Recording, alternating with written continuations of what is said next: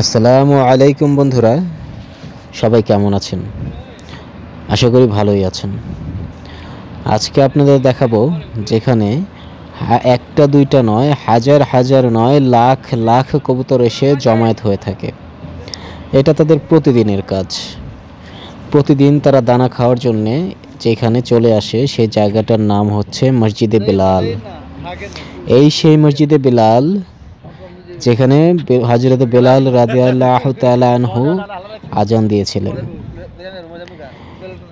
এই প্রাঙ্গণে এসেই লাখ লাখ কবুতর এসে তাদের সমাগম করে জমায়েত হয়ে থাকে এবং বিভিন্ন হাজিরা, বিভিন্ন মানুষ, বিভিন্ন হাজিরা তাদের দানা দিয়ে থাকে খাওয়ার জন্য।